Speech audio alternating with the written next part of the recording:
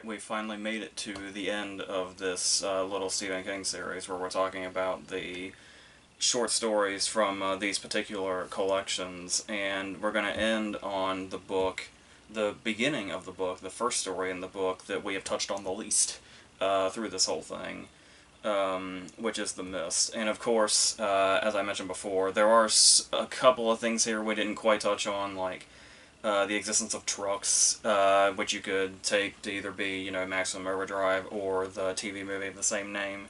And my brother and I talked about The Raft when we talked about Creepshow 2 last year at great length. So apart from that, I think we hit just about all the ones in these that have adaptations. So we're going to end on The Mist, which is really a novella, technically, despite the fact that it's in one of the short story collections. I'm not quite sure what his reasoning for that was, but it doesn't matter. It still falls in line just as much. So, going into this, I do vividly remember it coming out in 2007, and I hadn't read the story at that point yet, but the only thing was it came out and it seemed like it was just going to be kind of another horror movie and another Stephen King adaptation, and that was going to be the end of it, and it ended up walking away from theaters having one of the most talked about endings maybe ever. Certainly close to it.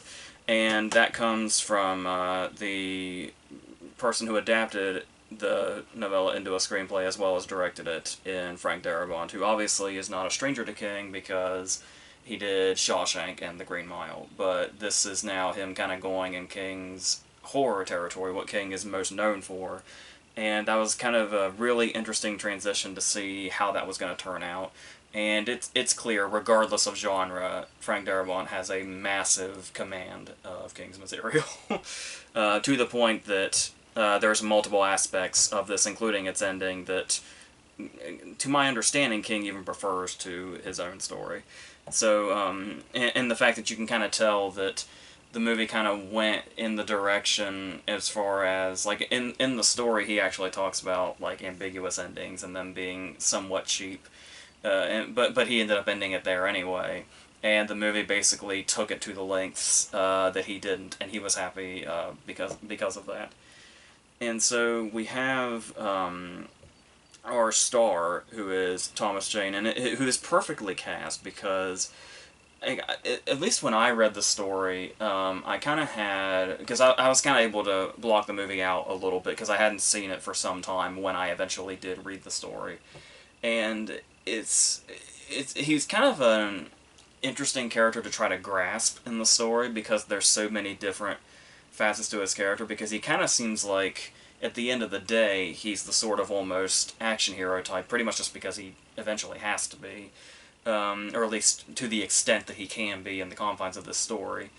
But there's a lot of other character traits to him that kind of add an interesting sort of balance, or maybe unbalance to that, where there's a whole thing throughout the whole story where he has this tendency to want to laugh at the weirdest times, and it happens to him a lot. Like, even when Norm is being attacked and pulled under the door, he says that he sees Norm's apron as almost like a flag in the window, and he has to, he's barely maintaining, not cackling as he's trying to save Norm's life at the same time, and it's really bizarre. And then the whole thing of him being an artist, and we do get the shot of that at the beginning when he is painting what appears to be a picture of Roland from the Dark Tower, as well as posters that look a lot like The Thing and other things. And there's even a lot of vibes throughout this of The Thing occasionally, particularly scenes when they're standing in a circle trying to figure out what exactly is happening, and of course the sort of one location and the isolation, and they can only go so far in or outside or wherever. But there's a whole bunch of things that inspire the story, as well as the story ended up inspiring. But it's my understanding that despite all the different elements in it, it was basically that King was just at a supermarket one day and was looking out the giant panes of glass and was just thinking, what could or couldn't come through those. And that's pretty much the starting point of how this story spawned, to my understanding. And of course you got to throw in, the military and whatever experiments or whatever they were doing happened to make this happen. But what I really like about both the movie and the story is how much they lay that foundation, but they don't go into explaining too much. Like, apparently, Darabont actually wanted to start the movie with a scene of kind of the chaos starting and sort of us kind of getting a glimpse of how it started.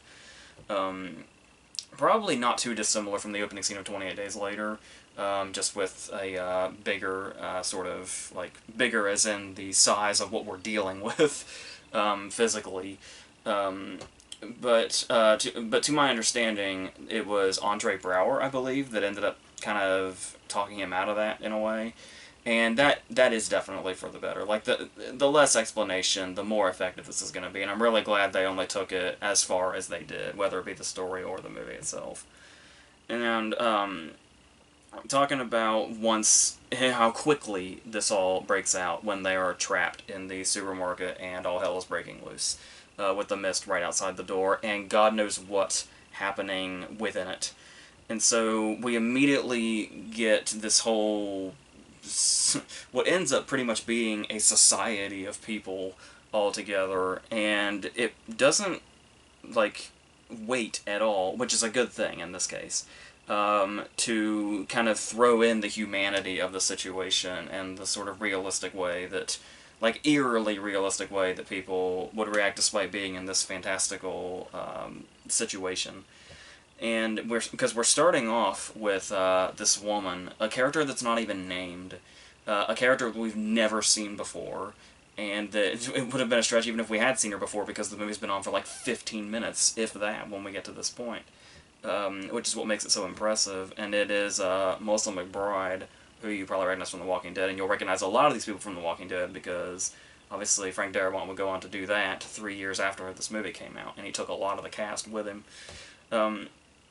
But yeah, despite the fact that we haven't met this character yet, it's this really strong human moment when she just resorts to desperation almost immediately because they immediately understand the gravity of what the situation is, and they don't know exactly what damage has already been done out there and how long it's going to be that they are trapped in here. And she just kind of immediately becomes unglued because her children are at home alone. And like I said, just to it immediately starts off with this, and it's a character we've never met before, but the whole strength and emotion that needs to be there is there. And that's such a great way to establish very quickly the human nature that we're going to be looking at throughout the movie. And how much the human element is going to take kind of center stage while all the chaos is happening outside. And you do, and obviously talking about the different sort of ways these people break up into, like I said, they're basically a society in this one setting. And King has a lot of fun with this, almost in a satirical sense, you might say, where he even talks about, like, he breaks them up into the groups that are weirdly recognizable in just about any circumstance. When you look at a large group of people, you have your people that it's very clear that something is going on here, something really drastic and something potentially... They toy with the idea of the supernatural when they're not sure exactly what's going on yet, and all this other stuff, and despite all the evidence directly in front of them, there are people who just flat out refuse to believe it.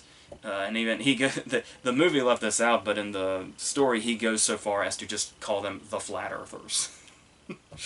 And then you've got the whole Carmody cult going on, where Mrs. Carmody kind of starts off as like her own thing, and she's like, you know, this is God's wrath and all that, and this whole biblical thing, and she just seems like she's out of her mind. But then as the story goes on, like, one by one people start to like join her, and by the end, I don't say the word cult like lightly in this circumstance. They are literally a cult by the end of the movie, or even near the end of the movie. And obviously, Carmody herself played perfectly by Marcia Gay Harden, who is perfectly cast, because not many of the characters, if really any of them at all, don't really fit their descriptions in the movie that they have in the book, but the movie is still like perfectly cast regardless. And Marcia Gay Harden basically gets to play who, as far as, you know, I've heard and the people I've associated with, one of the more hated movie characters we've had in some time, and certainly one of the more hated and kind of creepy Stephen King villains, which says a lot. Like, it's probably one of the creepiest villains that Stephen King has come up with, and it's literally just a Bible-obsessed, just crazy person, more or less. And it was, and I love the moments in the story that kind of just these little descriptions, because we're seeing it from the first-person point of view of David. And the thing is when he sees her like drinking something at one point, he says she was drinking either blood or VA juice. It's hard to tell with her. And just little lines like that, and like how we can see it from his sort of almost sarcastic point of view, does kind of add that humor to where I was talking about, where he's a character that seems to always be stifling laughter despite what's going on, which could, you know, easily show off his you know, looming potential insanity, which everybody eventually is potentially reaching at some point. The more they're closed up in here, and the more shit gets wild as it goes on. And then, of course, that leads to... and she plays the character so incredibly well that I have also heard that a lot of people consider it one of the more satisfying deaths that they've seen on screen, maybe at all. And I think it's that slight change they made from the story. Where in the story, it's still a great moment when Ollie shoots her in the gut the one time. And in the story, she just kind of falls over right after she says, you're all gonna die out there, pretty much. Is her, like, dying words. And the fact that she doesn't get dying words in the movie, and he just goes straight for the headshot, I think is something that people just found so incredibly satisfying as far as this character goes. Because obviously she is the type you would expect to be like this, where, you know, she's, you know, saying everything's about God, and God will guide her, and this is, you know, all of this is happening because of the sinners. Yet at the same time, she commits, like, nearly every sin there is, probably. And just in the way she just sort of treats people in general, and the whole contradicting nature, and it's kind of the perfect, as far as non-monster villain for a movie like this, where you have, like, humanity just really laid bare in, like, one location like this with a big group of people. And there is the whole thing that the story deals with, that the movie kind of does in different ways, about the whole thing about, like, the psychology of coping with a certain situation. It plays a big part in the story, where it's like you see some of the characters just kind of trying to, like, adapt to doing certain things just to sort of, like, almost keep it as normal as they can for themselves. Like, you've got the guy who just kind of spends most of the time cooking, and whether people are eating or not, just does that to be able to be doing something normal. And then there's the character of Bud, where he, despite getting on other characters' nerves, he's basically, like, attempting to keep enforcing the rules of the store. And in the story, David actually mentions that, you know, he sympathizes because he knows, as annoying as Bud is doing that, and is, like, not really reading the situation as it seems like he is, he still sympathizes for him, because it's abundantly clear that Bud's just doing that because to normalize, you know, whatever it is that's going on as much as he can. And the way it deals with that works really well, especially when you start bringing deaths into the scenario, where you have moments that some carry over from the book and some don't. Like the suicides of the soldiers are in the story, but you've also got, like, the character of Sally, the cashier, who I think is mentioned by name maybe once in the story, at least as far as I remember.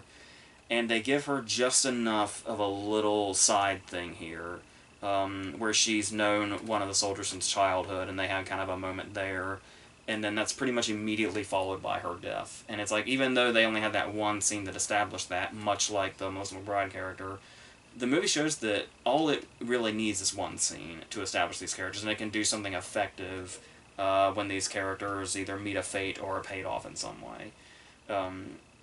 And so when she actually dies, and we just kind of see the soldier there holding her hand, it actually has an impact, no matter how small of a part that either of them had. And then you've got the brothers. I think one brother was in the story. I don't remember there being another one. But Bobby and Joe, and the whole thing where Joe accidentally sets himself on fire. But there's still, as chaotic as that scene is, because there's so much going on, it always manages to stop for that human moment when Joe is, like, dying of his burns, and then Bobby meets his fate shortly after, and it's like they establish these characters so well like I said, just even with the smallest little bit of, showing a character in some recognizable way or some sympathetic way can make it effective, like, as soon as they're killed. So it makes it, like, different from a lot of horror movies where you're just kind of waiting for the body count to pile up. But it's like every time a body piles up, no matter how big or small the character is, there's some sort of impact where the movie takes the time to stop and say, we need to acknowledge that this happened, and we need to acknowledge that we lost somebody, because when you're in this enclosed space and you've got all these different characters that you're getting, more and more familiar with, it sets you in that frame of mind where the closer, like, the more bodies that drop off, it's like the fear sets in more, because it's like the closer death could potentially be getting to you. It's like we've talked about in a few of his stories now, that whole concept of, just in real life in general, just watching, like, once you start watching the people around you drop off, it feels like it's getting closer and closer to you, and that ramps up all kinds of fear, especially in a situation like this one. um, and then some of the death scenes get even crazier than expected, like the whole sacrifice scene. Like, they keep building up in the story that Carmony's trying to get it across to people. Oh, we need a human sacrifice. That's going to be the only thing that stops it. Which of course is insane. But then we have this equally insane scene when they decide to sacrifice the soldier for supposedly turning on them, for being a Judas, because she's keeping it in the biblical sense. And this scene, it's probably, they're killing one character. Like, so many characters in this die, but they kill one character and then they sacrifice him to whatever's outside. And it seems like a simple concept, but it's probably one of the most batshit scenes in the entire movie, and that's a high bar for this movie. And that's just like, it's so sort of, it's almost surreal how suddenly it happens, and how suddenly we see how much Carmody's little cult has morphed into that. And, like, we get more of Jim, the William Sadler character, who I think we lose, I want to say, around the pharmacy scene in the story. But he sticks around longer in the movie and ends up becoming part of the cult. Which is actually kind of the perfect direction for his character to go. There's so many, like, how he starts off as one thing, then he's brought down as another when he's pretty much lets Norm die by being a coward, basically. And then just the way he's trying to keep that way we first saw him throughout it, it really just shows how weak he is, and it's like, who better to fall into Carmody's cult than one of the weakest people in the room? Because that's obviously who Carmody's going to end up recruiting, is these people that are so weak that their minds can switch just on a dime. And once again, you would think that would be over the top for a story, but maybe not. The more you look around. But then, yeah, talking about the pharmacy scene, actually, where you talk about the way the movie uses particular scenes to really ramp up tension, because like I said, we spend a lot of it on the human element, so when they do have to do something drastic, the movie ramps up the tension as much as possible. And something I really, really love about this pharmacy scene, like, it's enough that they have to go outside, they have to go through the mist, and somehow get to the pharmacy. The fact that this whole journey, as intense as it already is done with no score, as far as I remember. And it's all the anything could be lurking, because the brilliant thing about it, the whole concept, and including the story, is we especially just talked about it in the last video with He Who Walks By in the Rose and Children of the Corn, is King has these really great stories, but he's also notorious for being very underwhelming when it gets to his, like, final reveals. Or when, like, a final creature is revealed, or a final form, or something is revealed. It tends to be underwhelming. So, he's done something very interesting here, where the first sort of real glimpse at a monster we see is the giant tentacle that takes Norm. And when you're like, what is in the mist? What could possibly be in the mist? And then early on we learn of the giant tentacles. It's like, really? Giant tentacles? That's... alright. That's a monster, I guess. It could be seen as a little silly, maybe.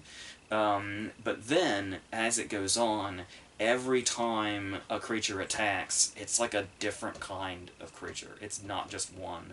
And then that's when you realize, well, all this stuff is going on in the supermarket. Like, fucking King of the Monsters is happening in the mist. And that's what they're occasionally trying to walk in and out of. And that sets up a whole entirely different thing where when you go out there, and there's even a little bit more detail in the story, like the thing that attacks Ollie, that's described as like red and almost lobster-like, and it's like that's the thing about King is he's able to take the stuff that sounds so silly when you just explain it, but once you put it in the full context and he has you, stuff like that can really be effective. But for the most part, a lot of people consider his reveals or creatures underwhelming, but he can also really really hit with them when the effect is there. And as far as like stuff like the different creatures and the tentacles stuff like that, yeah, even being 2007, the CGI isn't that great at all. But at the same time, it is worth noting that, to my understanding, the original idea that Darabont wanted was to do this in black and white. And you might question why that would be until you see it in black and white. And of course, the Blu-ray, and I think the DVD also, the second disc on it, has the black and white version. And of course, that's a little different than just, turning the color down on your TV. Like there's like a whole different sort of, like when you talk about the color grading, there's like a whole different thing that goes on with black and white that's much more detailed and nuanced than just, sometimes turning down the color can work. The Mutant Baby movie, It's Alive, I usually watch with the color entirely off because it's weird how much that movie works so much better as a black and white movie. If you haven't tried it with It's Alive, please do so. It's a much better experience, at least in my opinion. And so when you watch the black and white version, yes, you can definitely see how, like, even by the way the shots look, whether it be like the lighting and like when they're on like, a darkly lit scene and they just got the flashlights, or the way when you actually see the mist, like it feels much more of just like a wall of white, where like it gives you like more of this sort of dooming fear that like once you go into that, there's definitely no way you're ever coming out of it. And yeah, the CGI looks a lot better. Like the tentacles actually look really good when the black and white is there, and then like the blood when he's like tearing up Norm's chest, the blood is like really really dark, and it does look really great, especially when they're like out in the mist also. Like I was thinking, like just when you see it through the glass and stuff like that, you can imagine how dooming it is. But when they're actually out in it, and they're pretty much the only thing you can see, it's really worth checking out in that format. It sounds gimmicky when you just say it, but it really really works on like a kind of an artful level really, and sort of adds a different layer to it. It makes it feel more like old fashioned. Like even some of the shots that might look normal when you're watching it in color suddenly look very like old-fashioned, almost like it's a maybe from the 50s or something by some of the shots and the camera moves. And yeah, the camera work is also great as well. There's one moment in particular that I really like as far as like it ramping up tension without doing anything big or without using jump scare noises. I mean, there's obviously a few jump scares in it at least, but there's one moment in particular that always stood out to me, and that's when they've got Norton with the rope around him and the biker and all that, and they're gonna go out there. And as Ollie is like loosening the rope, we get this cut where the camera like jerks a little bit, and it sort of makes you think in the moment that something has happened to the rope already. And it's like I don't even think they're out there yet in the moment, but it's just enough to ramp up that like that anticipation of something like that, but all it is the camera moving and nothing else has happened yet, and it's this really great. It almost looks accidental, but I imagine it isn't. And then what else? As far as like ramping up tension, also there's some things that they add like there's some moments that are like simple in the story that they decided to expand a little bit. Like after Ollie is killed and David needs to get the gun. In the story, he's just like, hey, this is what Ollie would have done. I need to grab the gun. But they turned it into that whole thing of Ollie is like picked up and carried off, and only the gun and his blood come back down onto the car, and it's on the hood. And there's this moment where he has to race to the gun as this creature is running up to him, and that moment in particular is one of the most intense scenes in the movie, and it's quite brief. So adding little moments like that is always going to ramp up the tension a lot, and we can really appreciate. Before we go into the kind of final parts of it, another thing that I really kind of like that Darabont did in the script stage, and I mean, I get it in the confines of the story and the whole thing of, like, sort of almost animalistic people are getting in this environment where, like, things, or they don't know how much longer they have to live, they don't know who is alive and who's dead that they love, that's just kind of out there. But taking the sex scene out of it, I think, was probably the best way to go. Because it is probably the most unnecessary thing in the story, though I do get why it's there. But I do think it's interesting that we do get kind of more of a vibe of how much he longs for his wife. I mean, we do get that in the story, obviously, because we're seeing it from his perspective, but the movie does play into that quite well. But if there's one thing the movie's missing, it's the fact that one thing that's brought up quite a bit in the story is his memory of seeing her for the last time, at least as far as he remembers. And we don't really get kind of a last moment with her when they leave. It's just kind of, we cut to him going to Norton's house, and then we just kind of don't cut back to her ever again. And there's no, like, kind of final moment there. And then maybe in a movie that would have seemed like a bit much. But there's such an emotional impact to that. And sort of the way that you would be in that situation where, like, the one image that would constantly go through your mind, if you start to assume more and more you're never going to see your wife again, will be the very last image you had of her. So I feel like the movie could have taken that without maybe, and finding a way to maybe not, make too much out of it, but, yeah. But talking about that, there are some changes to what goes on in the end here, to say the least. One of which is him never making it back home in the story, where it's like the road's blocked up by trees and he just can't get there, and he just kind of has to assume the worst. And I do kind of like the closure that Darabont was going for, where it's like, because there is a thing about there being maybe too much closure when ambiguity would suit it fine. And ambiguity does suit the book fine, especially since they call it out. But I do like that there is something sort of cathartic about the movie adaptation giving us all the closure. So we do have a scene in the movie where he does go home, and we do learn what happened to his wife.